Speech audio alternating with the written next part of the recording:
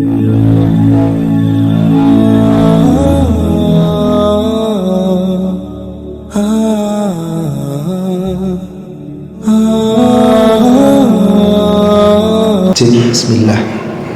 Assalamualaikum warahmatullahi wabarakatuh. Innal hamdalillah nahmaduhu wa nasta'inuhu wa nastaghfiruh wa na'udzu billahi min syururi anfusina wa sayyiati a'malina. May yahdihillahu fala mudhillalah wa may yudlil fala hadiyalah.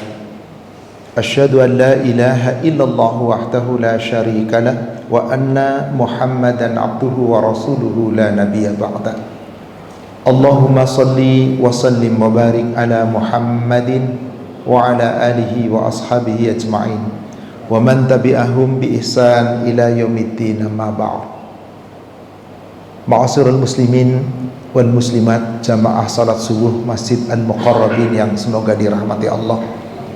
Alhamdulillah, pagi ini saya bisa diperjumpakan oleh Allah Subhanahu wa ta'ala dan Bapak Ibu sekalian dalam kajian yang insya Allah kita akan uraikan dengan tema perkara akhir zaman dan pertanda yang menyertainya.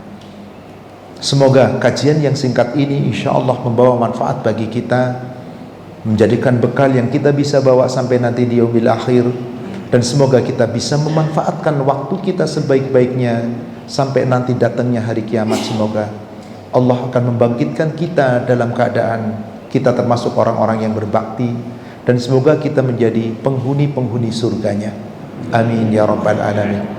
Salawat serta salam semoga terlimpahkan, tercurahkan kepada Nabi kita Rasulullah sallallahu alaihi wasallam. Semoga tercurah kepada seluruh keluarga, sahabat dan seluruh pengikutnya hingga yaumil akhir. Bapak Ibu sekalian, setiap sholat wajib kita membaca Al-Fatihah. Di antaranya ada ayat Maliki Yaumiddin. Dia Allah yang menguasai hari pembalasan. Hari kiamat itu urusan Allah dan Allah yang akan menentukan. Maka tiap kita umat Islam wajib mengimani hari kiamat. Bagaimana cara kita mengimani hari kiamat? Yakini pasti terjadi, dan akan ada hari kebangkitan setelah hari kiamat. Maka di dalam Al-Quran Allah sebutkan tentang tanda-tanda kiamat, bagaimana kejadian kiamat, bagaimana setelah kiamat. Rasul pun mencirikannya, menyebutkannya. Hari ini kita akan coba tadabbur ayat-ayat Al-Quran dan Al-Hadis, memahami tentang hari kiamat itu. Mari kita buka sebagai muqaddimah surat 31, surat Luqman ayat ke-34, ayat terakhir. A'udzu billahi minasyaitonir rajim. Innallaha 'indahu 'ilmus sa'ah. Sesungguhnya hanya di sisi Allah yang paling tahu tentang as-sa'ah, tentang hari kiamat. Hanya Allah yang tahu. Wa yunazzilul ghais, yang menurunkan hujan Allah. Wa ya'lamu ma fil arham, yang tahu yang ada dalam rahim Allah. Wa ma tadri nafsu madza taksibu ghadan. Tidak ada satupun manusia yang mengetahui dengan pasti apa yang akan terjadi pada dirinya besok, lusa yang akan datang. Apa yang akan diperbuatnya? Paling punya niat, punya rencana. Apakah pasti terjadi? Tidak ada yang tahu. Maaf, contoh, ada seseorang yang luar biasa kekayaannya, pakai mobil mewah. Tahukah ketika dia mau keluar kemudian akan meninggal di tengah jalan? Kalau tahu nggak mau berangkat, dikasih 1 triliun nggak mau. Wa ma tadri nafsu madza taksibu ghadan wa ma tadri nafsu bi ayyi ardin tamut. Tidak ada manusia yang tahu di mana dia akan mati. Hanya Allah yang tahu. Sungguh innallaha alimun khabir. Allah itu alim, maha mengetahui. Allah itu khabir, maha menyaksikan hambanya. Karena kita tidak tahu kapan kita akan mati, di mana kita mati, dan kita yakin kiamat terjadi. Yang kita takuti bukan kejadian kiamatnya Bapak Ibu, tapi bagaimana hari setelah kiamat, di mana kita akan dimintai pertanggungjawaban. Untuk itu tentang hari kiamat tidak perlu kita perbincangkan, pertanyakan terlalu jauh. Tapi sepanjang ada ayat Al-Quran, ada hadis bercerita tentang kiamat, mari kita yakini. Para sahabat pernah bertanya kepada Rasul tentang kiamat, apalagi orang-orang kafir yang tidak percaya dengan kiamat. Maka ketika mereka bertanya, yas'alunaka 'anis sa'ah, mereka bertanya kepadamu ya Muhammad tentang kiamat. Nabi Muhammad gak bisa jawab tentang kiamat itu sendiri. Maka Allah turunkan ayat, silahkan buka surat Al-A'raf, surat 7 ayat 187. Surat 7 Al-A'raf 187. Yas'alunaka 'anis sa'ah. Mereka bertanya kepadamu ya Muhammad tentang as-sa'ah, tentang hari kiamat. Ayyana mursaha? Kapan gerangan kiamat itu datang? Banyak orang menerka-nerka, Pak. Waktu abad 20 hampir habis, mendekati nanti kiamat terjadi tahun sekian begini, ribut tentang kiamat. Mereka bertanya tentang kiamat. Allah cuma turunkan ayat ini. Qul, Muhammad katakan, innama ilmuha 'inda rabbi. Ilmu tentang kiamat itu hanya ada pada sisi Rabbku. La yujalliha liwaqtiha illahu. Tidak ada yang bisa memberitahukan kapan hari kiamat itu tiba kecuali hanya Dia. Hari kiamat tidak ada yang tahu. Yang tahu hanya Allah, hanya Dia. Saqulat fis samawati wal ardh. Guncangnya hari kiamat, dahsyatnya huru hari kiamat, itu akan mengguncangkan seluruh penghuni langit dan bumi. Saking dahsyatnya hari kiamat itu. Saqulat fis samawati wal ardh. La ta'tikum illa baghdah. Kiamat tidak datang kepada kamu kecuali datang dengan tiba-tiba. Yas'alunaka ka'annaka hafiyun anha. Mereka bertanya kepadamu ya Muhammad tentang kiamat seakan-akan kamu tahu kiamat itu kapan. Ditegaskan oleh Allah, enggak, Rasul enggak tahu. Maka Allah ulang kembali di ayat itu pula, Qul, Muhammad katakan, siapapun bertanya tentang kiamat, jawab satu kata, innama ilmuha indallah. Hari kiamat itu ilmunya hanya ada di sisi Allah. Walakinna aktsarun nas la ya'lamun. Tapi kebanyakan manusia tidak tahu. Kebanyakan manusia tidak tahu. Jadi tidak penting kita mempertanyakan kiamat itu kapan, yang penting bagaimana persiapkan kita menuju kiamat. Dalam sebuah hadis yang diriwayatkan oleh Imam Muslim dari sahabat Anas bin Malik, suatu ketika Rasulullah salat berjamaah dengan para sahabat. Begitu keluar dari masjid, tiba-tiba ada seorang laki-laki yang menemui Rasulullah sallallahu alaihi wasallam. Lalu laki-laki itu bertanya kepada Rasulullah, "Ya Rasulullah, mata sa'ah?"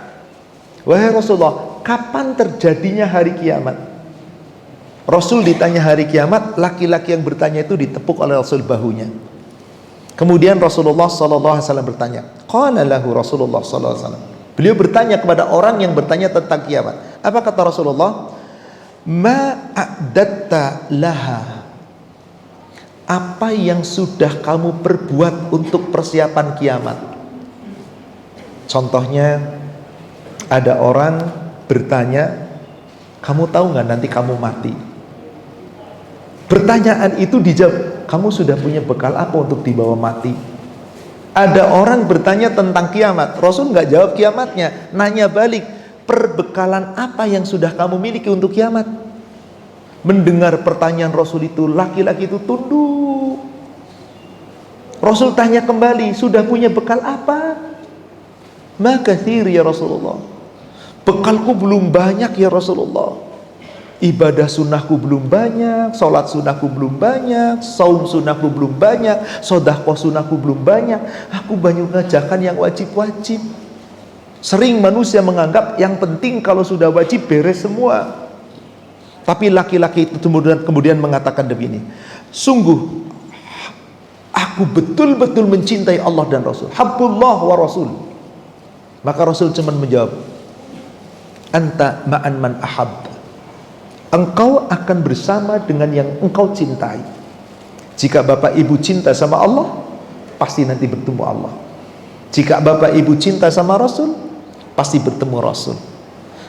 Apakah cinta itu hanya diucapkan? Mari kita buktikan bahwa sepanjang Allah memberikan kita hidup, sebelum kejadian kiamat ini, mari perbekali diri kita sebaik-baiknya. Yakini kiamat itu tiba, kita nggak bakal tahu kapan kejadian, dan tidak penting kita mengetahui, yang penting kita membekali diri. Saya akan tunjukkan beberapa ayat dalam Al-Quran berkaitan tentang kiamat ini. Kita lihat surat Asy-Syura, surat 42, ayatnya ayat ke-17 dan ayat ke-18. Surat Asy-Syura, surat 42, ayat ke-17 dan ayat ke-18. Allah Subhanahu wa taala berfirman, Allahul ladzi anzalal kitaba bil haqq wal mizan. Allah yang telah menurunkan kitab Al-Qur'an, hak dengan membawa kebenaran, dan Allah membawa timbangan keadilan.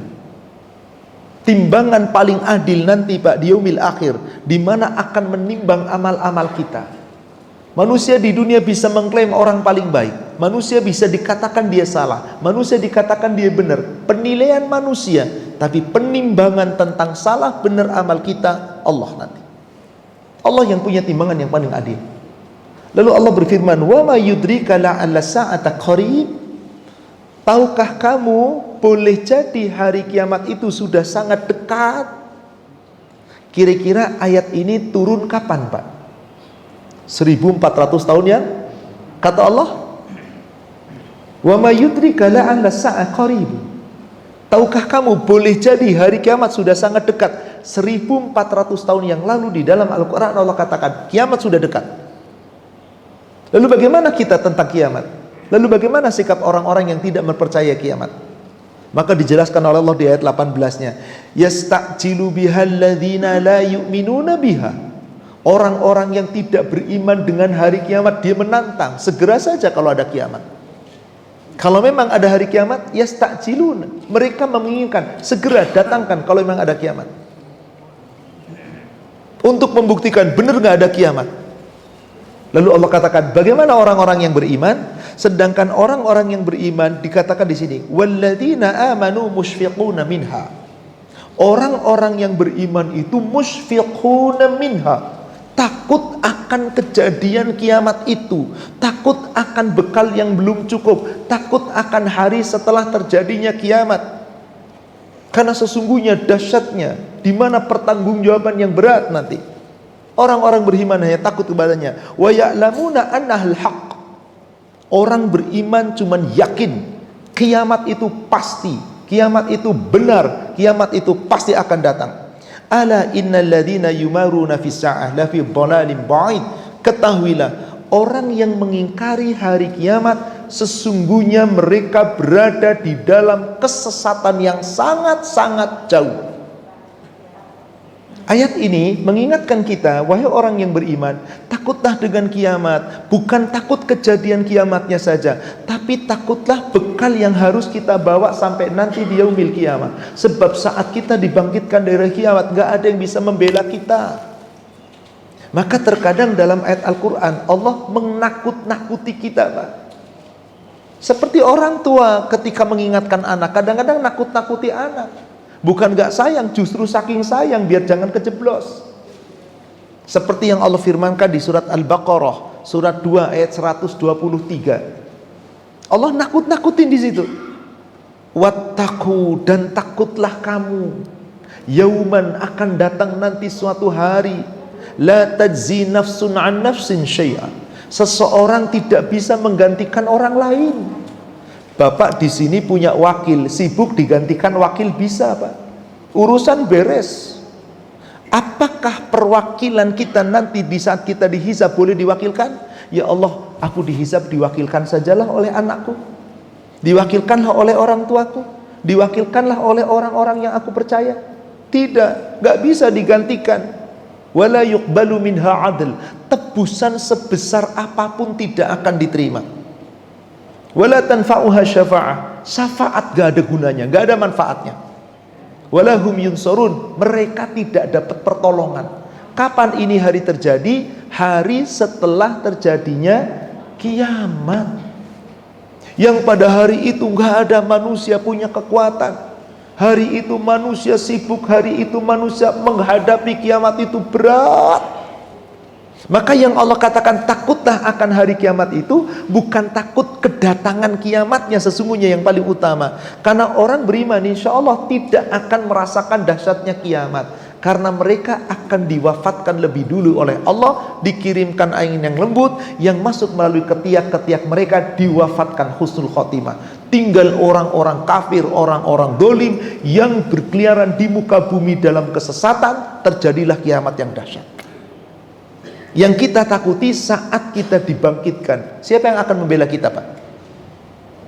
Allah gambarkan situasi setelah kiamat itu di surat 18, surat Al-Kahfi ayat 48, ayat 49. Wa uridu ila rabbika saffa. Nanti kita semua bapak-bapak ibu-ibu, kalau sudah selesai hari kiamat, ditiup sangkakala yang kedua, dibangkitkan manusia, setiap kita dibangkitkan menghadap Allah, berdiri berbaris-baris di padang mahsyar. Laqad ji'tumuna kama khalaqnakum awwala marrah. Sungguh kamu akan menemui Allah nanti di padang mahsyar, mempertanggungjawabkan seluruh perbuatan kita di dunia. Kamu menemui Allah berbaris-baris dalam keadaan seperti kamu pertama kali diciptakan.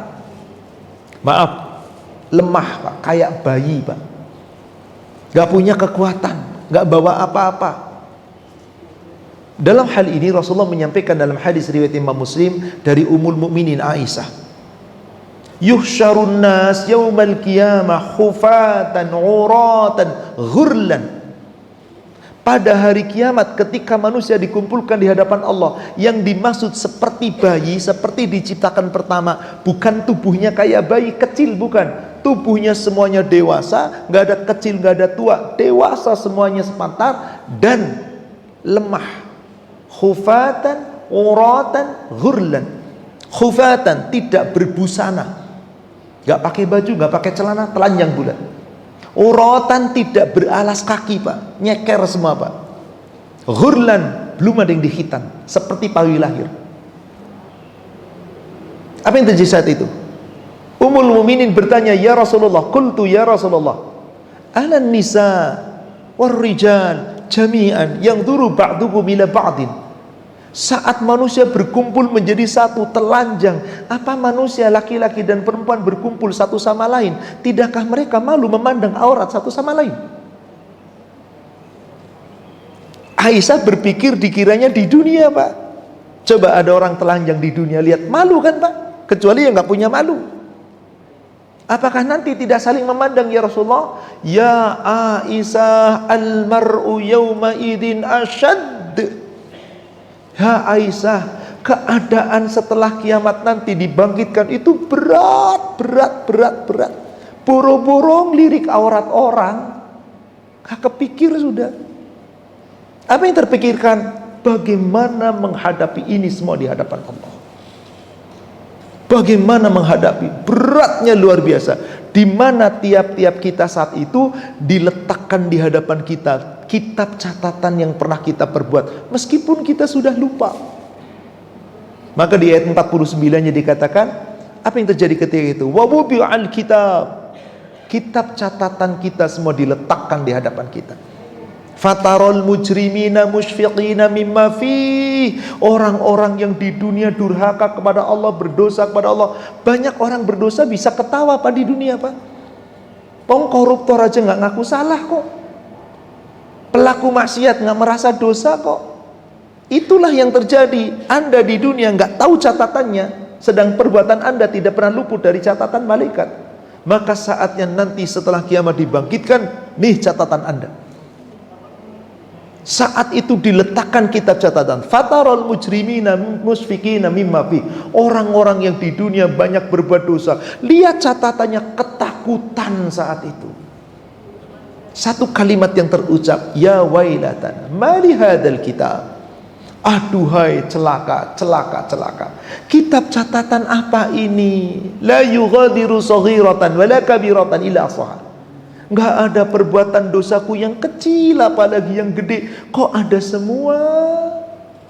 Di dunia manusia bisa menutupi kesalahan, bahkan berbuat salah dan dosa dibebaskan sujud syukur Pak. Salah, bebas sujud syukur. Giliran dia benar, mungkin lebih-lebih lagi. Salah saja seperti itu. Bahkan ada orang yang benar bahkan dipersalahkan. Pengadilan yang paling tepat nanti Allah. Saudaraku seiman yang semoga dirahmati Allah, dari ayat ini mari sekarang kita ketahui apa sih tanda-tanda akhir zaman yang diceritakan oleh Allah dan Rasulnya tentang kejadian itu. Salah satu tanda akhir zaman, suatu ketika mungkin semua orang Islam hafal tentang dalil hadis berkaitan dengan pelajaran Jibril kepada umat Nabi Muhammad SAW, di mana saat itu Jibril mendatangi Rasulullah di masjid, sedang duduk bersama Rasulullah dengan para sahabat. Kemudian apa? Jibril duduk di depan Rasulullah, memperlututkan lututnya, lalu memegang kedua paha Rasulullah. Dan ini hadis mutawatir. Imam Bukhari Muslim bahkan meletakkan hadis ini pada bab pertama. Ketika Jibril memberikan pelajaran Mahwal Islam, dijawab oleh Rasul. Mahwal iman, dijawab oleh Rasul. Mahwal ihsan, dijawab oleh Rasul. Lalu Jibril bertanya, mata sa'ah? Ya Muhammad, kapan hari kiamat itu? Rasul cuma mengatakan yang ditanya tidak lebih tahu dari yang bertanya. Yang ditanya Rasul, yang bertanya Jibril, yang ditanya nggak lebih tahu dari yang bertanya. Maksudnya apa? Harusnya yang bertanya lebih tahu, wong Anda malaikat kok. Tapi sahabat ketika itu tidak tahu bahwa yang sedang bertanya adalah Jibril. Baru setelah berlalu beberapa saat diberitahukan oleh Rasulullah, itu Jibril memberikan pelajaran kepada kita. Maka saat itu Jibril bertanya kembali, akhbirni bi amaratiha. Kalau kamu tidak tahu kapan itu kiamat, kalau begitu tolong tunjukkan kepadaku, beritahukan kepadaku tanda-tanda kiamat itu apa? Apa kata Rasul tanda kiamat itu? Antalidal, seseorang melahirkan, robbataha, yakni ummata robbataha, ammati robbataha, budak melahirkan tuannya. Apa maknanya? Makna pertama, perzinahan di mana-mana. Perbudakan, perzinahan sudah di mana-mana. Makna yang kedua, dalam tafsir Ibnu Katsir dikatakan, anak dilahirkan oleh ibunya, tapi kelak ketika dewasa anak memperbudak ibunya. Ada sekarang anak nuntut dipenjarakan orang tua, ada gara-gara rebutan waris, ada ibu dipenjarakan dituntut oleh anak gara-gara duit, ada. Subhanallah. Si ibu dipekerjakan di rumah untuk ngurus cucunya, ada. Ini salah satu tanda nggak ada bakti anak pada orang tua. Padahal bakti anak pada orang tua hukumnya apa? Wajib. Sampai Rasulullah pernah suatu ketika mengatakan dalam hadis riwayat Imam Muslim dari Abdullah bin Mas'ud, Rasul sedang duduk dengan para sahabat. Tiba-tiba Rasulullah mengucapkan 3 kali, rohima anfu, rohima anfu, rohima anfu. Dia celaka, dia celaka, dia celaka. Tiba-tiba Rasul mengatakan itu. Para sahabat bingung, ya Rasulullah, man rohima? Siapa yang celaka itu ya Rasulullah? Maka Rasul mengatakan, ar-rajul, seseorang, yadri, dia mendapati walidayhi, kedua orang tuanya, kilahuma au ahaduhuma, kedua-duanya atau salah seorang di antara masih hidup dan sudah syekhul kabir, sudah tua usianya, walam yadkhulil jannah, tapi tidak berusaha masuk surga, fabirrohuma, dengan berbakti kepadanya. Jadi seorang anak yang mendapati orang tuanya masih hidup kok nggak berbakti kepada orang tua, celaka, celaka, celaka.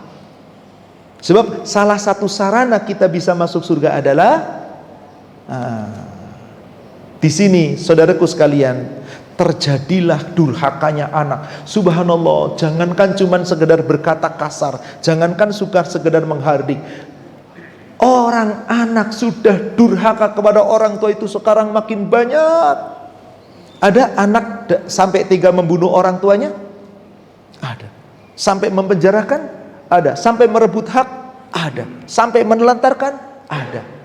Ini sudah salah satu ciri dari ciri-ciri akhir zaman. Yang salah satu ciri itu kemudian ditambahkan lagi oleh Rasulullah SAW. Apalagi salah satu cirinya adalah dikatakan di sini, Wa antarul khufatal urata alatan ro'a asyai, dan yatatawaluna fil bunyan. Kamu lihat nanti orang yang pakaiannya lusuh, compang-camping, telanjang kaki, dan pakaian hanya batas sedada, tapi dia berlomba-lomba membangun gedung-gedung tinggi. Maaf, ada dua makna di sini. Makna yang pertama, dahulu Pak, para nabi-nabi itu turun di jazirah mana Pak? Arab. Arab itu kira-kira daerah gersang atau daerah yang subur?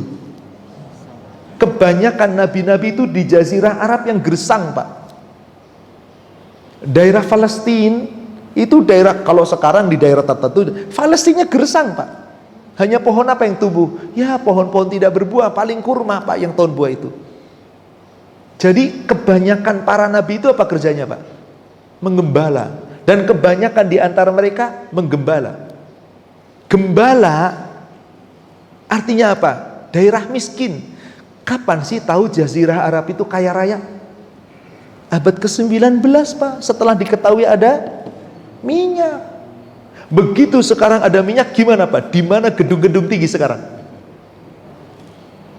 Di sana teman-teman. Mewah-mewah, megah-megah, di mana adanya Pak? Subhanallah. Padahal Allah sudah melarang itu. Dan orang Arab tahu Pak ayatnya Pak. Alhaakumut takatsur hatta zurtum al-maqabir. Bermegah-megahan dengan dunia telah melalaikan kamu dengan akhirat. Sampai terus dunia senang-senang, kamu masuk kubur aja baru tahu. Tahu Pak ayatnya, tapi begitu Pak. Coba lihat pangeran-pangeran di Arab sana. Ya Allah, mobilnya dilapis emas, kloset terbuat dari emas. Tahu hadisnya Rasul, haram tuh bejana pakai emas. Jangankan emas murni, dilapis saja nggak boleh. Pakai cincin emas, perhiasan emas laki-laki haram. Sekarang bagaimana Pak? Mobil dilapis emas, tempat tidur. Begitu kan di Arab sana Pak? Apalagi yang namanya di Dubai sana, Burj Dubai. Ya Allah ya Rabbi subhanallah. Ngeri kalau kita lihat. Terjadi, itu sudah tanda-tanda kiamat. Di sana dulu negara miskin, gak punya kekayaan. Setelah tahu ada kekayaan minyak, subhanallah, berlomba-lomba gedung tinggi. Ustadz, di Mekah juga dong. Iya, 2010, 2008 belum ada bangunan tinggi Pak. Baru mulai satu Zam-Zam Tower. Sekarang, waduh sudah di mana? Boleh, gak ada masalah. Sepanjang untuk ketaatan, bukan untuk maksiat. Di Mekah nggak ada bangunan tinggi, gimana? Coba bapak-bapak, ibu-ibu yang haji umroh di bawah tahun 2010, susah banget tempat pemaktab jauh-jauh. Dengan adanya itu kan kemudahan. Madinah coba dulu kayak apa kumuhnya. Sekarang nikmat, nggak ada masalah. Yang terpenting adalah untuk kebaikan, bukan untuk kemaksiatan. Maka itu salah satu ciri nyata di daerah Arab yang tadinya tandus, yang tadinya banyak penggembala, sudah berlomba-lomba membangun gedung-gedung tinggi. Itu makna yang pertama. Makna yang kedua, orang beralas kaki, tidak pakai alas kaki, cuman gembala, pakaiannya compang-camping, itu konotasinya miskin atau kaya? Miskin, tapi bisa bangun bangunan tinggi. Dari mana duitnya? Korupsi. Maka di akhir zaman korupsi sudah di mana-mana Pak. Orang nggak peduli lagi mencari nafkah, mau halal mau haram, akan datang nanti zaman di mana umatku, kata Rasulullah, tidak peduli dalam mencari nafkah, amin haram amin halal, apakah itu haram apakah halal. Bahkan orang berani mengatakan, zaman sekarang nyari sesuatu yang haram aja susah, apalagi yang halal. Lalu apakah boleh nyari yang haram? Apakah boleh mengambil yang haram?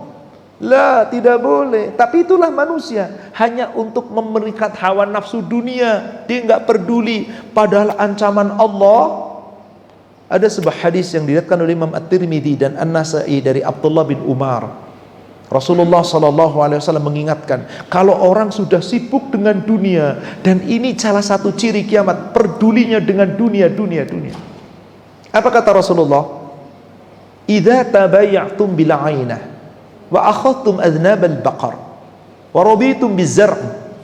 Jika kamu telah berbisnis di dunia dengan 'ainah, Yani tabaya'tum bil ina, kamu sudah sibuk berjual beli, berbisnis, berdagang, tapi aina enggak peduli halal haram, hanya satu yang ditujukan, yang penting saya untung.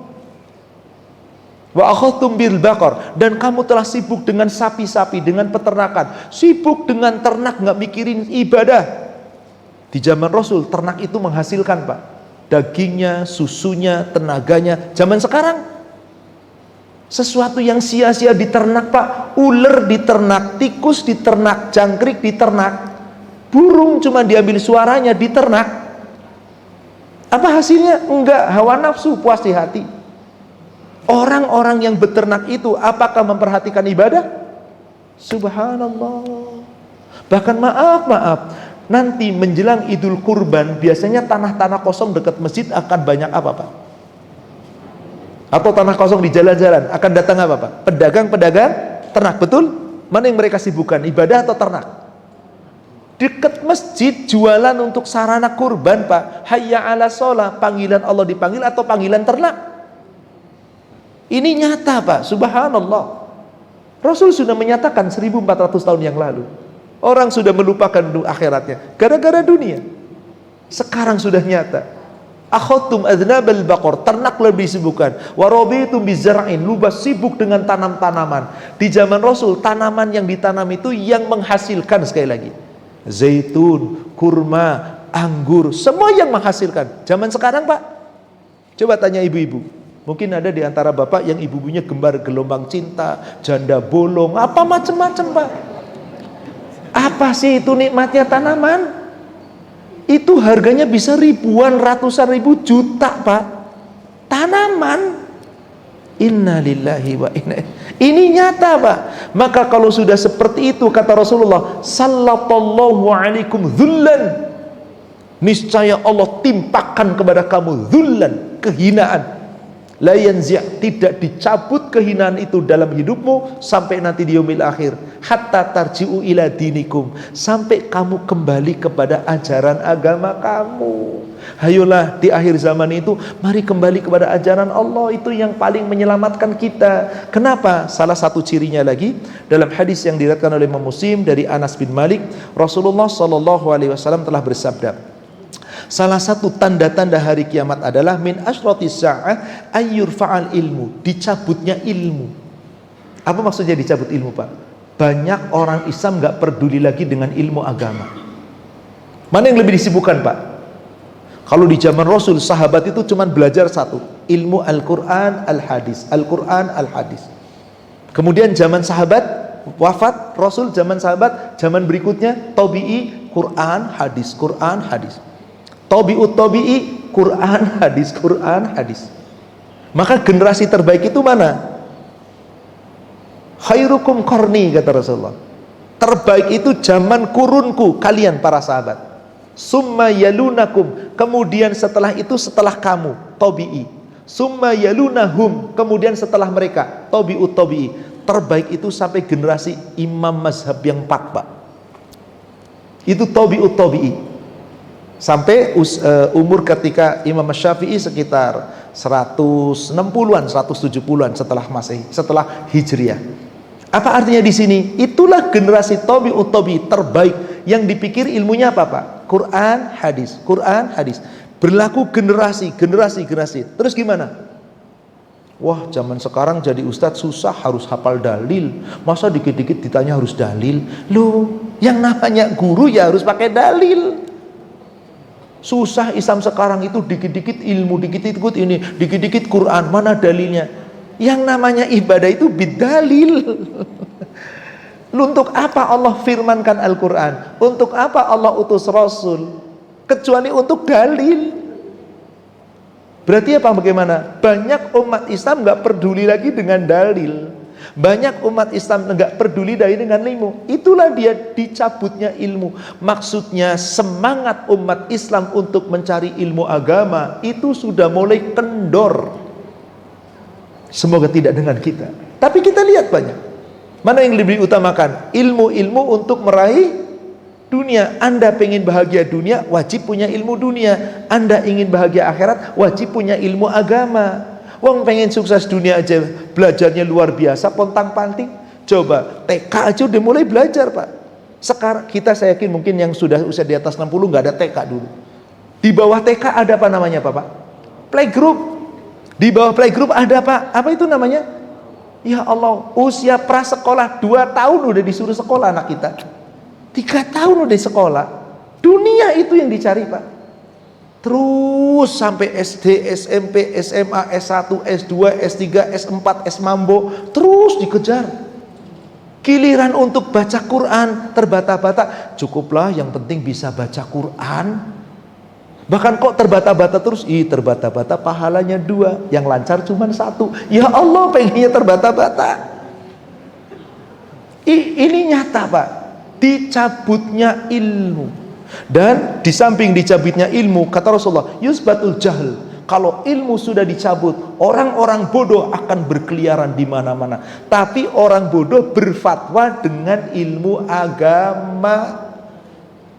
Banyak kan orang bodoh berfatwa agama Pak, seenaknya ngomong tentang agama, asal ngomong, yang kadang-kadang bikin panas di hati. Cool, tenang Pak, jangan panas, doakan saja semoga dapat hidayah. Karena nggak ada gunanya mengomentari orang-orang yang bodoh. Susah untuk berdebat dengan mereka. Kita berdebat dengan dalil, mereka berdebat dengan hawa nafsu. Mari masing-masing kita bekali diri kita dengan ilmu. Kemudian tanda berikutnya kata Rasulullah, wa yusrabul khamr wa yadhharu zina. Minuman khamr sudah merajalela di mana-mana. Perzinahan sudah marak, legal. Maaf Bapak Ibu, dahulu saya kecil di kampung, itu kalau ada wanita atau laki-laki yang suka berzina itu kasar banget panggilannya Pak. Nggak enak lah didengar lah orang Jawa. Saya yakin orang Jawa tahulah. Kasar banget ya Pak ya. Makin kesini mulai dirubah.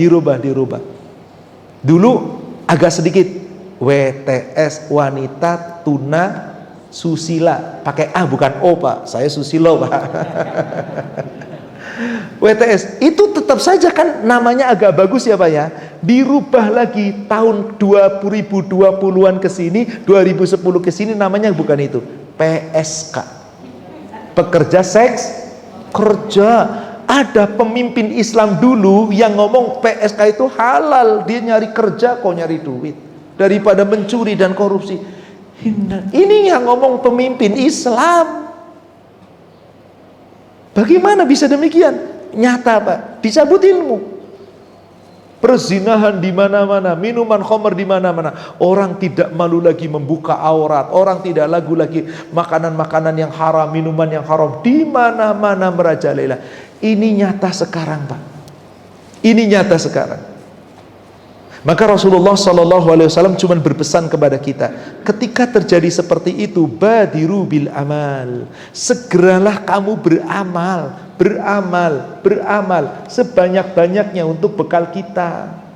Sudah banyak tanda-tanda kiamat yang sughra, yang kecil-kecil, di mana terjadi perzinahan, merajalelanya, terjadi permusuhan, orang tidak peduli dengan agamanya, orang lebih mementingkan dunianya. Padahal Bapak Ibu, dunia itu nggak ada apa-apanya di hadapan Allah. Pontang-panting dengan dunia, apakah dibawa? Maka Allah ingatkan kepada kita di surat 29, surat Al-Ankabut, ayatnya ayat yang ke-64. Wa ma hadhil hayatud dunya illa lahwun wa la'ib. Kehidupan dunia itu cuman permainan dan senda gurau. Gak ada apa-apanya Pak. Main-main senda gurau. Wa inna daral akhirata lahiyal hayawan law kanu ya'lamun. Sesungguhnya kehidupan yang sebenarnya adalah akhirat.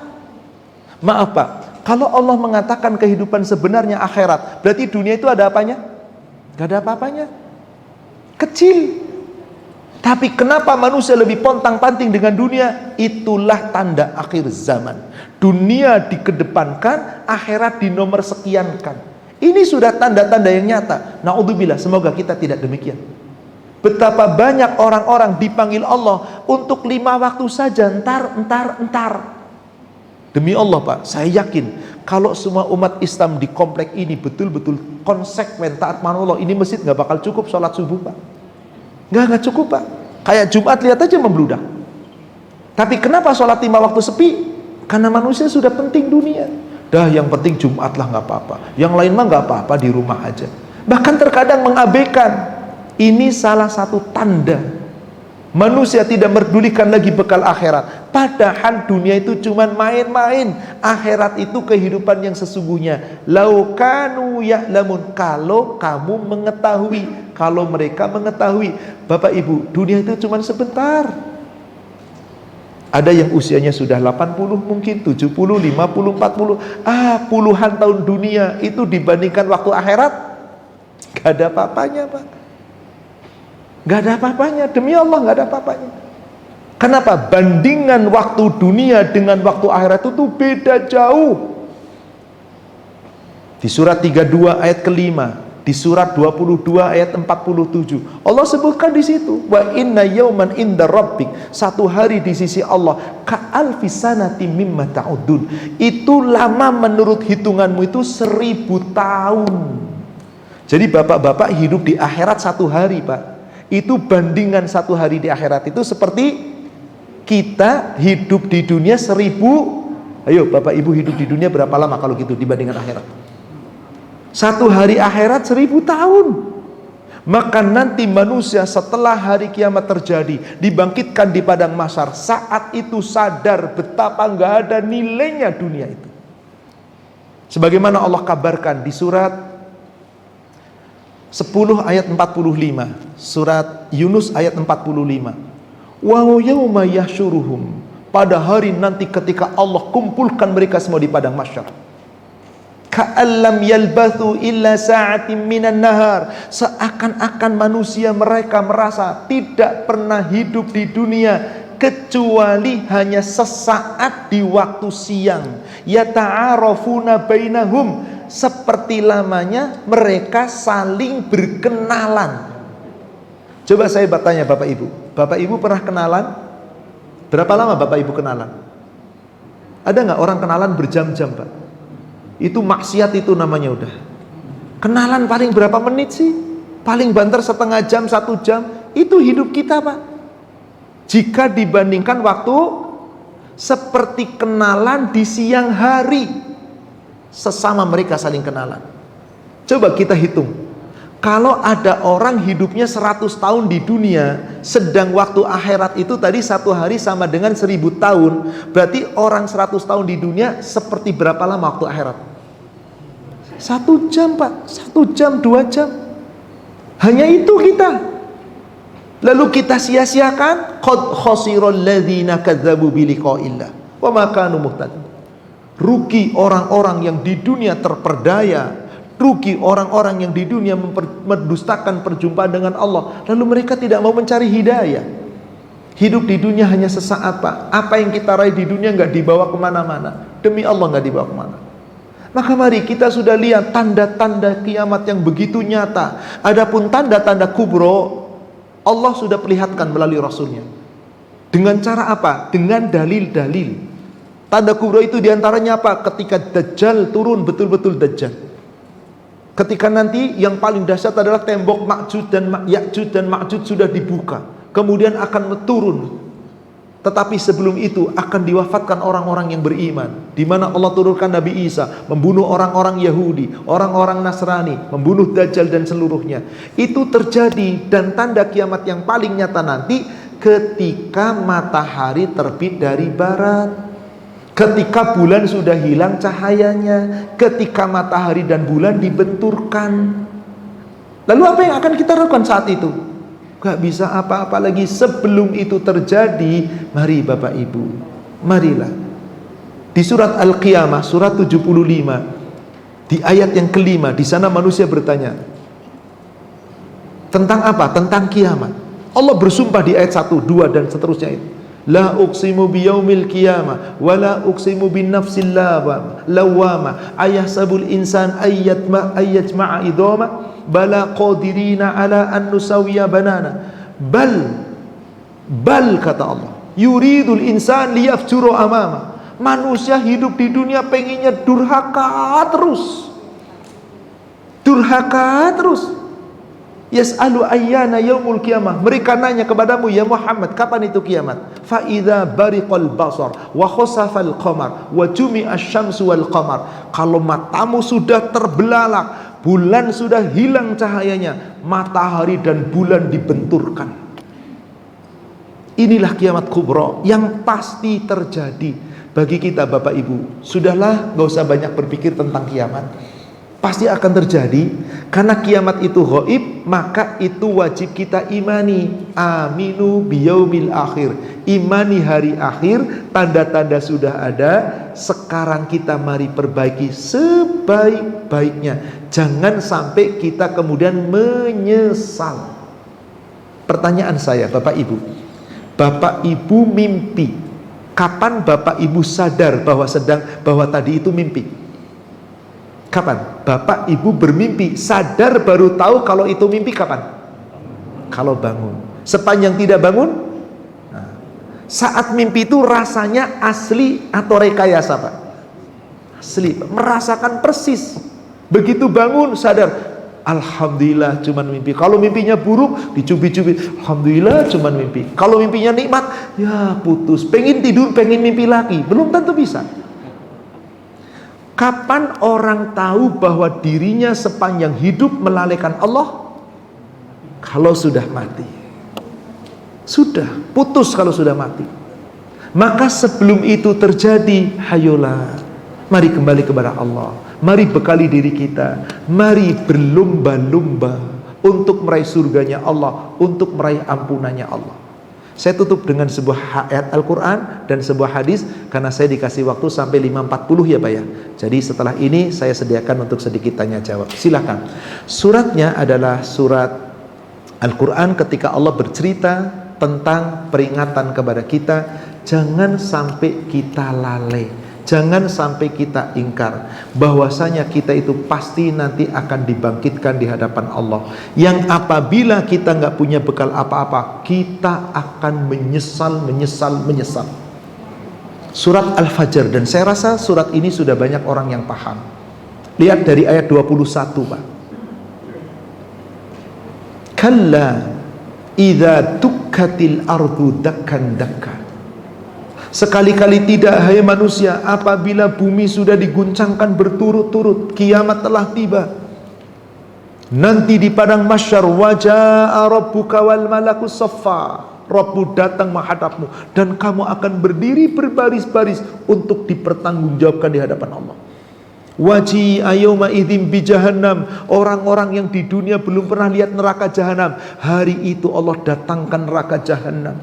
Saat dibuka neraka, manusia tahu dahsyatnya neraka. Waji'a yawma idzin bi jahannam yauma idzi yatadzakarul insan wa anna lahu dzikra. Manusia saat itu sadar sesadar-sadarnya ada neraka.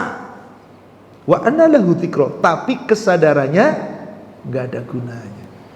Coba di dunia manusia, hayolah, yuk ngaji, yuk taat, yuk ibadah, yuk ke masjid, gimana? Jangan urusan deh, lu urusan sendiri aja. Bahkan ada orang berani ngomong, dosa-dosa gue lu yang repot. Bahkan ada pula yang ngomong, lu sholat juga belum tentu masuk surga, mending gue biar gak sholat, yang penting orangnya baik. Di dunia omong bisa ngomong apa aja Pak, tapi kalau sudah lihat neraka, yauma idzi yatadzakkarul insan wa anna lahu dzikra. Saat itu, hari itu manusia sadar, tapi kesadarannya gak ada gunanya. Apa Pak ucapan yang paling menyesal Pak? Ucapan yang diucapkan satu kalimat. Apa diucapkan? Ayat berikutnya, ya laitani, yaqulu ya laitani qaddamtu lihaya. Aduhai, coba sekiranya dahulu di dunia aku beramal, aku beribadah, aku berbuat baik untuk bekal hidup yang sekarang ini. Dah sampai situ nyesel. Maka satu-satunya permintaan manusia ketika sudah lihat neraka, dahsyatnya neraka, satu yang diinginkan, pengen balik lagi ke satu ayat penutupnya, surat 32, surat As-Sajdah, ayat yang ke-12 dan ayat 13. Apa kata Allah di situ? Di saat nanti manusia dibangkitkan di padang mahsyar, Di saat mereka diperlihatkan neraka, kamu nanti lihat, fatarol mujrimina musfiqina mimma fi, orang-orang yang berdosa melihat apa yang ada di dalamnya. Maka di saat itulah Allah turunkan ayat ini, walau tara idil mujrimun nakisu ru'usihim 'inda rabbihim. Pak, orang-orang yang sombong di dunia kepalanya tegak atau tunduk, Pak? Diingatkan dengan ayat Al-Quran, tegak apa tunduk, Pak? Saat lihat neraka, Pak, tunduk, hina di hadapan Allah. Apa yang dikatakan? Rabbana, ya Rabb kami, sami'na absorna wasamina, kami lihat ada neraka ya Allah, wasamina, kami dengar betapa gejolak yang begitu dahsyat dari neraka ya Allah.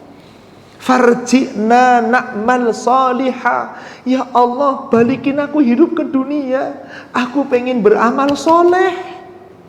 Maaf Bapak Ibu, ini kata-kata di mana?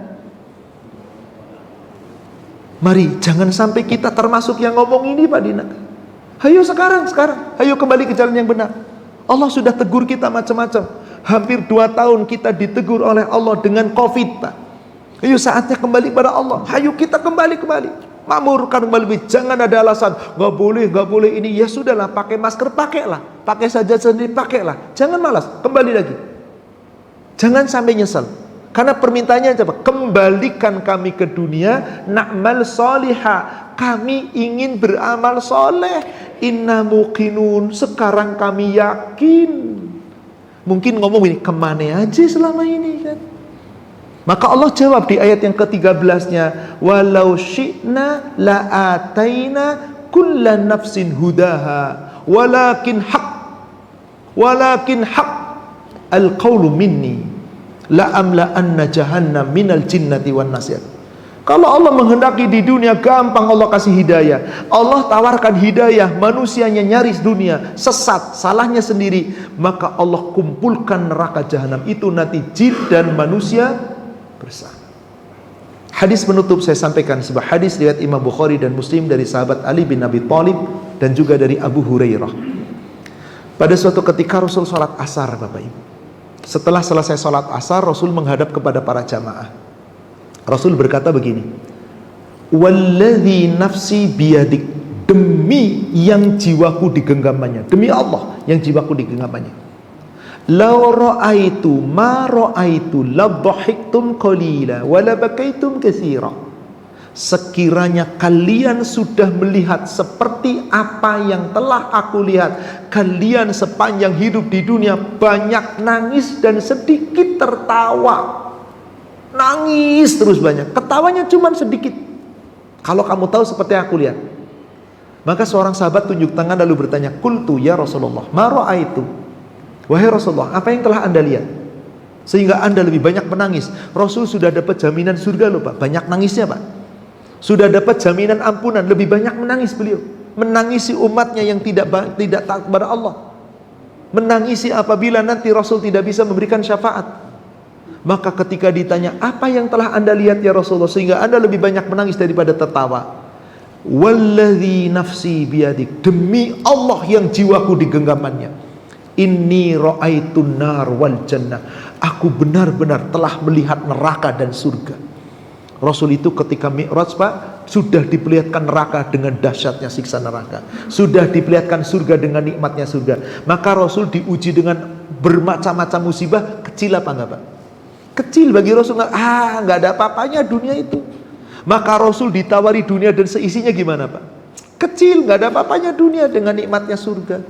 Itulah yang harusnya kita tanamkan. Surga is the best, akhirat lebih baik. Maka tiap ayat mengatakan akhirat lebih baik dari dunia, hari akhir lebih baik dari yang sekarang. Cuman manusia mengatakan akhirat nggak kelihatan, dunia yang lebih baik. Silahkan Anda berkata, tapi Anda akan mengalami hari akhir, Anda akan dibangkitkan, Anda akan dipertanggungjawabkan.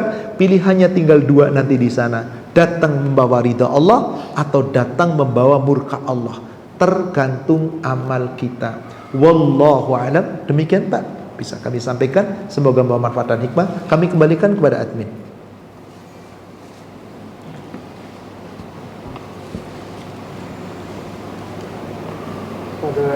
Kalau jemaah sekalian mungkin tidak ada bertanya, bisa silakan, ada beberapa ibu, ada waktu. Dan ini karena kita kan sudah live, jadi ada pertanyaan yang masuk di YouTube kita, mungkin bisa dibacakan ya catatannya. Jadi ada orang yang di luar sana melihat YouTube kita, bertanya, saya lihat ini.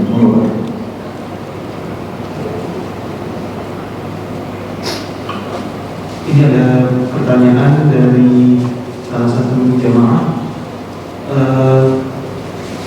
Assalamualaikum, apakah yang bisa kita lakukan agar orang tua kami yang sudah meninggal bisa istirahat dengan tenang di alam barzahnya? Dalam hadis yang diriwayatkan oleh Imam Muslim dari Abu Hurairah, Rasul bersabda, "Idza mata ibnu Adam inqata'a 'amaluhu illa min thalathin." Apabila telah mati manusia, anak Adam, siapapun termasuk orang tua kita, putus amalnya, putus pahalanya, semuanya putus kecuali 3. Shadaqatun jariyah, sedekah jariyah. Anak-anak, bersedekahlah untuk orang tua. Bersedekahlah untuk orang tua. Semoga mengalir terus. Kenapa? Kita itu hasil dari didikan orang tua. Man dalla ala khairan falahu ajzi mithla fa'ili. Siapa orang tua yang menunjukkan kebaikan kepada anak-anaknya, anaknya berbuat baik, bersedekah, orang tua dapat pahala seperti yang diperbuat anaknya. Perbanyaklah sedekah untuk orang tua.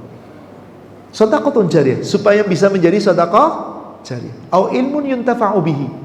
Ilmu yang bisa diambil manfaatnya. Apa-apa yang pernah kita dapat ilmu dari orang tua berupa kebaikan, ajarkan. Mengalir insyaallah pada orang tua. Pesan-pesan orang tua tentang wasiat-wasiat, silaturahim, berbuat baik kepada rekan-rekannya, senantiasa teruskan amal kebaikannya, maka insyaallah mengalir. Yang ketiga, jangan lupa ini yang paling utama. Waladun salihun yad'ulah. Kesolehan anak, semua amalnya insyaallah sampai kepada orang tua, yad'ulah, doakan dia. Bagaimana doanya? Allahumma firlahuma warhamhuma. Terus, ya Allah ampunilah mereka berdua, ya Allah rahmati mereka berdua. Kama rabbayana shighara, sebagaimana mereka telah menyayangi kami dari kecil. Allahumma firlahum warhamhum wa'afihim wa'fu anhum wa akrim nuzulahum wa wasi' madkhalahum, dan seterusnya, seperti doa ketika kita menyolatkan jenazah. Tujukan doa itu untuk orang tua. Insya Allah mengalir, dan semoga doa kita diijabah sehingga orang tua kita mendapatkan ampunan dari Allah melalui doa anak-anak yang saleh. Maka aset terbaik itu apa sih sebetulnya, Pak? Anak yang saleh. Maka doanya para nabi cuma minta apa? Rabbi habli minas salihin, Rabbi ij'alna muqimas shalah wa min dzurriyyatina, Rabbi habli min ladunka dzurriyyatan thayyibah. Kalau sekarang, ya Allah jadikan anakku cakep kayak Nabi Yusuf, maka lagi hamil baca surat Yusuf biar lahirnya cakep kayak Yusuf. Ya Allah cantik kayak Maryam, lagi hamil baca surat Maryam biar cantik kayak Maryam. Lah wong bapak ibunya kayak kita, masa tiba-tiba anaknya kayak Yusuf? Yang bener aja. Sudahlah, cakep itu nggak utama, Pak. Yang penting soleh, dah cakep soleh, alhamdulillah, Pak. Tapi kalau tidak, ya sudahlah. Maka doakan anak-anak kita menjadi qurrata a'yun, yang soleh, yang senantiasa berbakti, yang taat dalam menjalankan ibadah. Wallahu a'lam.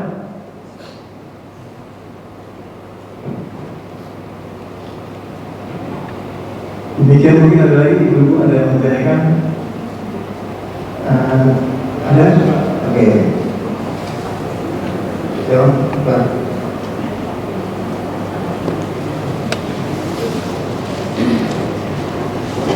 Assalamualaikum warahmatullahi wabarakatuh. Waalaikumsalam warahmatullahi wabarakatuh. Ada ayat Allah Ta'ala, Udkhulu bisalam waladain. Mohon penjelasan dalam hadis ini. Pertanyaan yang kedua tentang khurul ain. Khurul ain ini untuk laki-laki atau untuk wanita, dan adakah nikah di dalam surga? Terima kasih. Udkhulu bisalam, masuklah kamu ke dalam surga dengan penuh keselamatan. Ini hadis yang diriwayatkan oleh Imam Muslim dan Imam An-Nasa'i dari sahabat Abdullah bin Salam. Abdullah bin Salam itu orang Yahudi, Pak. Dia masuk Islam karena apa? Karena lihat akhlaknya Rasul, pemaaf, adil. Beliau mengadili suatu kasus, Pak, nggak membela Islam, membela yang adil. Yang benar orang Yahudi dimenangkan tuh orang Yahudi, Pak. Yang salah orang Islam dipersalahkan, adil. Maka melihat akhlaknya Rasul kemudian masuk surga. Salah satu hadis yang disampaikan adalah qala Rasulullah sallallahu alaihi wasallam, ayyuhan nas, hai sekalian manusia, afsyus salam, sebarkan olehmu salam, biasakan ucapkan salam, doakan sesama muslim dengan salam. Wasilul arham, sambung silaturahim, pererat hubungan kekeluargaan. Wa at'imut ta'am, jika kamu punya materi, punya nafkah, punya kelebihan harta, at'imut ta'am, jangan pelit, berbagi, beri makan. Dan satu yang Allah inginkan pada kita, sallu billail wan nasu niyam, salatlah kamu di waktu malam, di saat manusia tidur lelap. Salat apa ini, Pak? Tadkhulul jannata bisalam, masuk surga dengan selamat sejahtera. Nanti malaikat akan mengatakan udkhuluha, salamun alaikum udkhuluha. Diucapkan selamat sejahtera, disuruh masuk.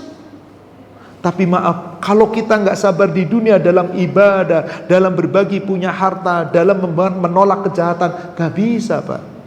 Maka disebutkan tentang ucapan malaikat mempersilahkan masuk manusia ke surga. Itu di surat 13, di surat Ar-Ra'du ayat 22 sampai ayat 24. Itu orang yang sabar di dunia, ibadahnya sabar, dititipi harta sabar, ketika mendapatkan percelaan hinaan juga sabar, selalu diberikan kebaikan-kebaikan. Maka nanti malaikat masuk ke pintu surga mempersilahkan orang-orang. Apa dikatakan oleh malaikat? Subhanallah, salamun alaikum bima sabartum fa ni'ma uqbaddar. Selamat sejahtera wahai para penghuni surga, masuk surga dengan penuh keselamatan. Surga ini tempat kesudahan, is the best, yang terbaik. Hurun ain, apakah hurun ini untuk wanita? Hanya untuk bidadari, Pak. Allah sediakan untuk laki-laki bidadari yang disebut hurun ain. Yang bidadari itu kata Allah, lam yatmithunna insun qablahum wala jan, belum pernah disentuh oleh jin dan manusia sebelumnya. Itu disebutkan di surat 55, surat Ar-Rahman, di ayat yang ke-58. Fihinna qasiratut tarfi lam yatmit, ayat 56, di dalam surga nanti seorang laki-laki siapapun dia diberikan oleh Allah qasiratut tarfi lam yatmithunna insun qablahum walajan, dikasih nikmat berupa bidadari surga yang Allah ciptakan langsung. Maka bidadari itu belum pernah disentuh jin dan manusia. Ka'annahunnal yaqutu wal marjan, mereka itu diibaratkan seperti apa, Pak? Permata yakut dan marjan. Itulah yang disebut hurun ain, yang matanya indah. Bapak Ibu pernah lihat nggak wanita matanya kayak gitu? Semoga Bapak penanya mendapatkan bidadari hurun ini, insyaallah, Pak, insyaallah. Semoga kita semua mendapatkan. Dan itu diciptakan langsung, maka dikatakan belum pernah disentuh oleh jin dan. Tapi bagaimana bisa mendapatkan itu? Ya di ayat 60-nya, hal jazaul ihsan illal ihsan. Kamu harus berbuat baik dulu dong, baru nanti dibalas oleh Allah dengan kebaikan. Gak berbuat baik, ya bagaimana akan dapat baik? Bagaimana caranya, Pak? Takutlah kepada Allah. Itu kunci, Pak. Maka disebutkan di surat yang sama ke ayat 46-nya disebutkan di situ. Waliman khofa maqama rabbih jannatan. Orang yang takut kepada Allah di dunia, takut keagungan Allah, kedudukan Allah, kebesaran Allah, maka nurut sama Allah di dunia. Allah kasih 2 surga. Bukan 1 loh, Pak, 2 surga. Bapak di dunia punya kapling 1 rumah seluas 1000 meter di komplek Auri ini. Kira-kira gimana, Pak? 1000 meter di sini, wah luar biasa. 1 kapling, Pak. Kalau 2, kalau Bapak ditawari mau 1 kapling atau 2? Giliran surga mau 1 kapling apa 2? 1 cukuplah. Ya, 1 aja belum tentu Anda. Allah tawarkan 2, Pak. Bahkan kalau Anda betul-betul lebih lagi, baik lagi, di ayat 62-nya ditambah lagi 2 surga. Wa min dunihima jannatan. 2 surga yang Allah tawarkan kepada manusia yang takut kepada Allah di dunia, ditambah 2 surga lagi. Allahu Akbar. Tidakkah kita tertarik dengan itu? Semoga kita berlomba-lomba untuk meraih itu. Demikian Pak, wallahu a'lam. Ada lagi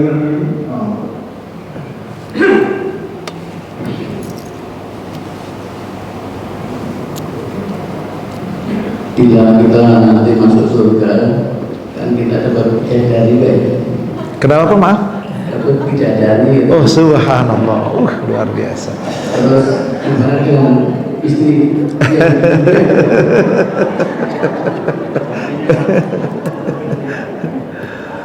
Bapak Ibu, Pak, bidadari di surga itu Pak digambarkan oleh Allah. Maaf, ini ayat kelihatannya vulgar ya Pak ya. Tapi itulah cara Allah memberikan kepada kita, agar manusia-manusia itu tertarik Pak. Di surat 78, surat An-Naba, coba buka dari ayat ke-31, lalu di ayat ke-33. Inna lil muttaqina mafaza hadaiqa wa a'naba wa kawa'iba atsroba. Apa terjemahan kawaib atsroba Pak? Coba terjemahannya apa? Tuh Pak, itu montok Pak. Bener ini Pak. Ini gak vulgar loh Pak, bukan. Montok. Bapak Ibu meskipun usia sudah 70 lihat garis montok gimana Pak? Walah. Bapak insya Allah Pak dapat Pak. Tapi isi saya di dunia udah kayak gitu Pak. Kenceng di depannya doang, depannya, tapi bawahnya ya kendor semua Pak. Gak apa-apa. Itu nanti gadis yang Allah sediakan itu montok Pak. Subhanallah. Kawaiba atsraba. Sudah begitu montok terus Pak, gak kendor-kendor. Maka disebutkan di surat Ali Imran, daripada kita terperdaya dengan dunia, kan di ayat 14-nya Allah ceritakan dunia kan, zuyyina linnasi hubbus syahawat minan nisa wal banin wal qanatiril, dan seterusnya. Ayat 15-nya Allah tawarkan, Kul a'unabbi'ukum bi khairim min dzalikum, katakanlah, maukah aku beritahukan kepada kamu yang lebih baik dari dunia dan seisinya itu? Karena dunia cuma kesenangan menipu. Lilladzina taqau inda rabbihim, untuk orang yang takwa di sisi Allah Rabb mereka, kamu dapat surga mengalir sungai-sungai di bawahnya. Wa azwajum mutahharah, dapat pasangan-pasangan yang Jadi bapak-bapak dapat bidadari-bidadari yang montok, suci terus. Gimana istri kita? Bapak terlalu mikirin dunia sih istri. Ketemu Pak, istri Bapak jadi gadis montok. Tapi mereka istri kita di dunia berhak mendapatkan bidadara-bidadara. Ya. Jangan pikirkan dunia. Hadis sahih riwayat Imam Bukhari Muslim dari Abu Hurairah. Rasul mengatakan begini. A'dadtu, qala Allah Ta'ala. Allah Ta'ala berfirman, hadis qudsi. A'dadtu li'ibadi salihin. Aku sediakan untuk hamba-hambaku yang saleh nikmat di dalam surga, malam ainun ra'at walam udhunun sami'at wala khadara qalbi bashar. Nikmat surga itu nggak pernah dilihat oleh manusia di dunia, nggak pernah terdengar oleh manusia di dunia, nggak pernah terlintas di pikiran dan hati manusia Pak. Ya Allah, nikmat. Dzalika qala Allah Ta'ala fi kitabullah, surat 32 surat As-Sajdah ayat 17. Fala ta'lamu nafsum ma ukhfiya lahum min qurrati a'yun. Tak seorang pun yang mengetahui kenikmatan yang luar biasa, yang sangat nikmat yang Allah sembunyikan di surga. Itu nikmatnya luar biasa. Gak ada yang tahu Pak, disembunyikan Allah. Tapi Anda percaya apa enggak? Makanya nikmat surga itu apa termasuk Pak? Kalau Anda percaya, ada Pak. Min qurrati a'yun, yang nikmat itu menyenangkan hati. Sebagai apa? Jazaa'an bima kanu ya'malun, sebagai balasan atas segala apa yang telah mereka kerjakan. Nah, sekarang Bagaimana yang para laki-laki? Tadi dapat? Coba lihat di surat Al-Waqi'ah. Di surat Al-Waqi'ah itu nanti Allah dapatkan ini dari ayat yang ke-16. Coba kita bisa lihat. Nanti para wanita Bapak Ibu, muttaqiina 'alaiha mutaqabilin. Mereka duduk saling berhadap-hadapan satu sama lain. Yatufu 'alaihim wildanun mukhalladun. Untuk wanita-wanita dilayani para perjaka ting-ting, enggak tong-tong, ting-ting. Mukhalladun, yang terus muda dan tetap muda. Wildan, bidadara Bapak. Enggak usah khawatir. Ustadz, suami saya cemburu enggak? Wong suaminya aja dilayani bidadari kok. Enggak ada cemburu. Gak ada cemburu Bapak Ibu. Maaf, jangan mikirin dunia. Ada seorang wanita bertanya, ya Rasul, aku tidak mau menikah lagi setelah ditinggal mati suamiku. Yang terbaik itu suamiku. Kenapa? Engkau telah mengatakan seorang wanita itu bersama suami yang paling terakhir di surga, yang di dunia. Aku gak pengen pisah. Rasul tersenyum. Cara memahami hadis jangan begitu. Siapa yang ngomong itu? Ummu Salamah. Ummu Salamah. Rasul doakan, semoga Allah memberikan yang terbaik untukmu. Subhanallah. Suruh diajarin doa. Doalah sebagaimana doa yang diajarkan oleh suamimu, Abu Salamah. Allahumma ajurni fi musibati wa khlufli khairam minha. Ya Allah, berikan aku ganti yang lebih baik dari Ummu Salamah, dari Abu Salamah. Beberapa hari kemudian setelah masa iddah berakhir, dilamar oleh siapa? Giliran dilamar Rasul, gimana Ummu Salamah? Ya, lebih baik dari suamiku. Iya kan? Tapi ya Rasulullah, aku wanita pencemburu. Aku doakan semoga kecemburuanmu hilang. Tapi ya Rasulullah, aku punya anak-anak yatimnya Abu Salamah. Aku doakan semoga rizkimu akan diberikan oleh Allah. Akhirnya jadilah istri Rasulullah. Dan istri Rasul semua akan tetap menjadi istri Rasul di surga. Suatu ketika Abu Salamah bertanya, ya Rasulullah, apakah aku ketemu dengan Abu Salamah di surga? Rasul tersenyum, demi Allah, setiap kita bersama dengan orang yang kita cintai di dunia, sepanjang orang yang kita cintai itu beriman, kumpul Pak. Gak usah khawatir. Di surat 52 ayat 21 Allah janji loh. Yang penting iman loh di sini Pak. Walladzina amanu wattaba'athum dzurriyyatuhum biimanin. Ini kuncinya. Orang-orang beriman, didik anak cucunya beriman, sama-sama beriman. Alhaqna bihim dzurriyyatahum. Allah kumpulkan mereka, Allah pertemukan mereka dengan anak cucu mereka yang sama-sama beriman di dalam surga Pak, reuni di surga. Allah Akbar. Wa ma alatnahum min amalihi min syai'. Lo gak ngurangi amalmu sedikit pun. Ayo kita didik anak-anak kita, saudara kita, kumpul di surga. Jadi gak usah pikirin nanti isi kita. Udah, yang kita pikirkan sekarang gimana caranya masuk surga. Mikirin isi kita, belum tentu masuk surga kita kok. Jadi apa? Bukan, maaf ini gurau ya Pak ya. Maksudnya boleh berpikir ke sana, pertanyaan Bapak logik, tapi mari, gimana caranya saya bisa masuk surga? Semoga dengan itu kita bersama-sama nanti kumpul di surga. Amin ya rabbal alamin. Demikian Pak, saya rasa cukup. Satu lagi Ustaz. Oh, ada satu lagi, monggo. Penghabisan, soal penghabisan. Sekarang begini Ustaz, kita kan berdua Ustaz. Semua orang mesti dua, insya Allah. Nah ini situasi-situasi kan gak enak. Bagaimana kita merawat kalau orang tua kita sekarang meninggal dan kita doain aja. Sekarang kalau masih hidup kira-kira gimana Ustaz? Kata kita cukupkan dunianya atau agamanya? Karena kan mereka juga perlu agama Ustaz. Nah ini bagaimana Ustaz? Agar kita sendiri tidak seperti itu. Maksudnya bagaimana menghadapi situasi seperti ini? Baik. Pertama, untuk kita sendiri Pak. Maaf, saya tidak melarang, tetapi sebaiknya jangan kita berdoa minta panjang umur. Rasul gak pernah doa panjang umur. Cari dalil yang gak ketemu.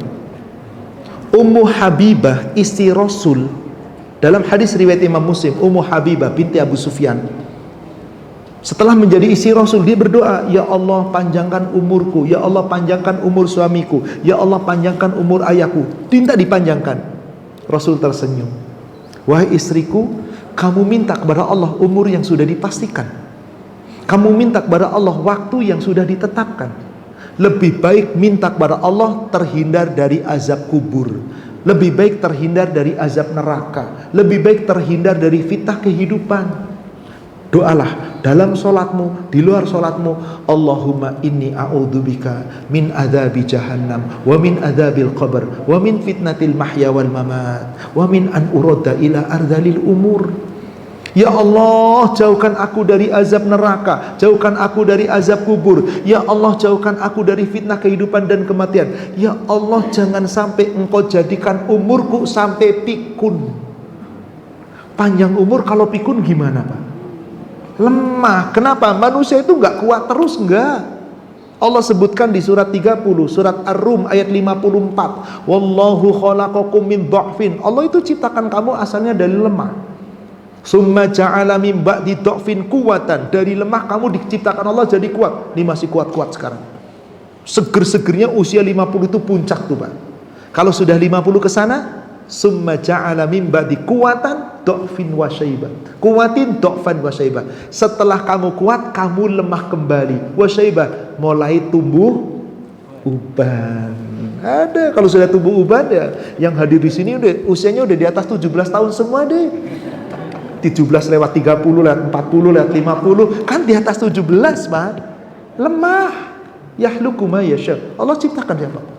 Maka supaya kita tidak merepotkan anak kita, mari berdoa itu. Jangan sampai usianya pikun. Tiap pagi Rasulullah doa, tiap petang Rasulullah doa. Apa doanya? Di waktu pertama kali beliau berdoa, asbahna wa asbaha mulku lillah walhamdulillah la ilaha illallah, dan seterusnya. Allahumma inni a'udzubika min su'il kibr. Ya Allah, aku berlindung kepadamu dari usia tua. Tua itu bisa menyengsarakan. Kenapa? Orang tua itu biasanya kalau sudah makin tua nggak tahu lagi apa yang dulu tahu. 16 ayat 70, surat An-Nahl ayat 70. Kalau orang usianya nambah, yang tadinya tahu nggak tahu lagi. Bahkan yang paling parah, Pak, surat Yasin surat 36 ayat ke-68. Kalau Allah panjangkan umur manusia, dikembalikan nunakis hufil khalq, seperti pertama diciptakan, kayak bayi. Bener nggak, Pak? Bapak ibu ngurus bayi itu disuapin di tempat tidur tergolek, dimandikan, dipup dan senyum di tempat tidur tergolek. Bapak ibu ngurus bayi senyum, baru mandi tiba-tiba pup ketawa, anak mama soleh pinter, ketawa. Coba bapak ibu ngurus orang tua, baru selesai pup lagi. Ya Allah, ayolah, jangan minta panjang umur, Pak. Panjang umur, Ustadz, kalau panjang umur barokah, dah lah nggak usah diada-adakan. Rasul nggak pernah begitu kok. Mintalah jangan sampai umurku pikun. Allahumma inni an uradda ila ardhalil umur. Ya Allah, jadikan umurku jangan sampai pikun. Beres, supaya tidak menyusahkan. Nah, pertanyaannya, Pak, gimana kalau kita ngurus orang tua kita?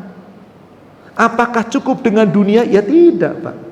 Bakti anak yang paling sempurna adalah ketika anak bisa membawa orang tuanya ke surga. Berarti apa? Ilmu agama. Tapi Ustadz, bagaimana orang tua kita dikasih ilmu agama? Perlahan-lahan. Tapi udah nggak bisa, Ustadz, udah mulai suka lupa, emosi, kalau disampaikan kebenaran suka marah. Doakan. Jangan lupa kekuatan doa, Pak. Para nabi itu kekuatannya di mana sih, Pak? Doa. Maka doa itu kewajiban kita. Allah perintahkan di surat 40 ayat 60. Wa qala rabbukum ud'uni astajib lakum. Berdoalah kamu kepada Allah, nanti Allah ijabah.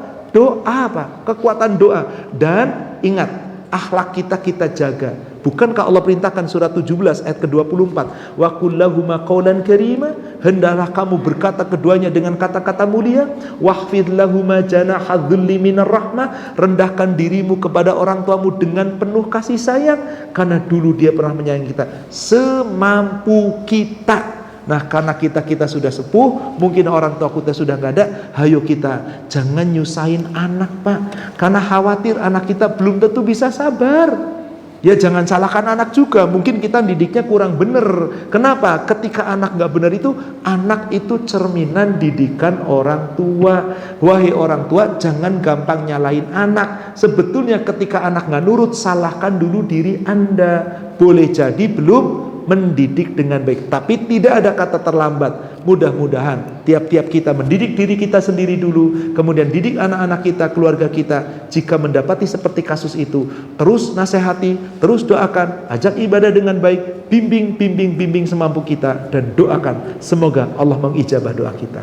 Wallahu a'lam. Demikian Pak.